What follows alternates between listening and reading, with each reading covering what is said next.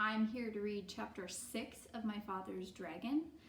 If you remember, he is on Wild Island. He just encountered some tigers and he got away from them by giving them chewing gum. The other thing is that he had packed 31 tangerines and he has now eaten enough that he's down to 17. So if you're keeping track, listen to that today. Okay, chapter 6, My Father Meets a Rhinoceros.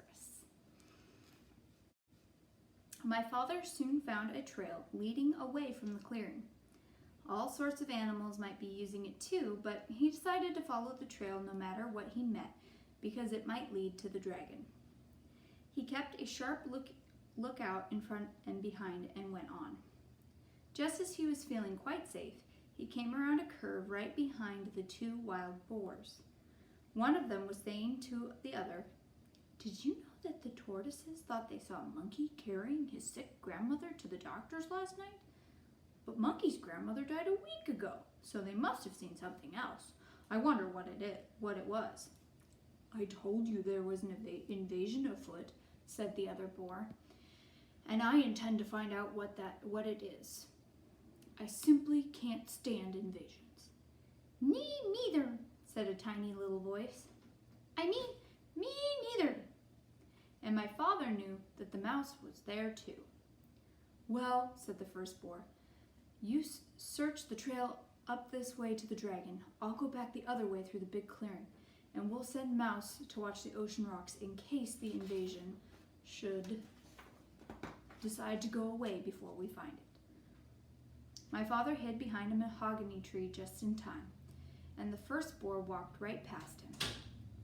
My father waited for the other boar to get a head start on him, but he didn't wait very long because he knew that when the first boar saw the tigers chewing gum in the clearing, he'd be even more suspicious.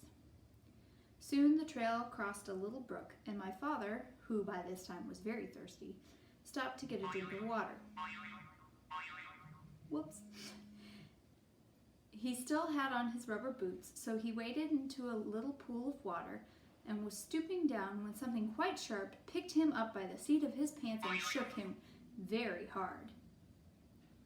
"Don't you know that's my private weeping pool?" said a deep, angry voice. My father couldn't see who was talking because he was hanging in the air right over the pool, but he said, "Oh no, I'm so sorry. I didn't know that anybody had a private weeping pool." "Everybody doesn't," said the angry voice, "but I do because I have such a big thing to weep about, and I drown everybody I find using my weeping pool."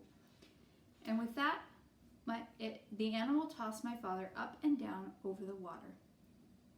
"What is it that you weep about so much?" asked my father, trying to get his breath, and he thought over all the things he had in his pack. Remember, he packed such weird things. "Oh, I have many things to weep about, and the biggest thing is the color of my tusk." My father squirmed every which way trying to see the tusk, but it was through the seat of his pants where he couldn't possibly see it. "When I was a young rhinoceros, my tusk was pearly white," said the animal. And then my father knew that he was hanging by the seat of his pants from a rhinoceros tusk. "But it has turned a nasty yellow-gray in my old age, and I find it very ugly.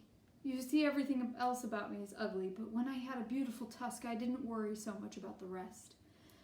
Now that my tusk is ugly too, I can't sleep nights and just thinking about how completely ugly I am, and I weep all the time. But why should I be telling you these things? I caught you using my pool, and now I'm going to drown you." "Oh, wait a minute, Rhinoceros," said my father. "I have some things that will make your tusk all white and beautiful again. Just let me down and I'll give them to you." The rhinoceros said, "You do? Oh, I can hardly believe it. Why, I'm so excited." He put my father down and danced around in a circle while my father got out the tube of toothpaste and the toothbrush. "Now," said my father, "just move your tusk a little nearer, please, and I'll show you how to begin." My father wet the brush in the pool, squeezed a dab of toothpaste, and scrubbed very hard in one tiny spot.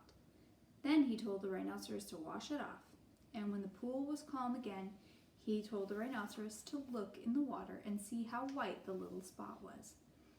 It was hard to see in the dim light of the jungle, but sure enough, the spot shown was pearly white. The rhinoceros was so pleased that he grabbed the toothbrush and began scrubbing violently, forgetting all about my father. Just then, my father heard hoofsteps, and he jumped behind the rhinoceros.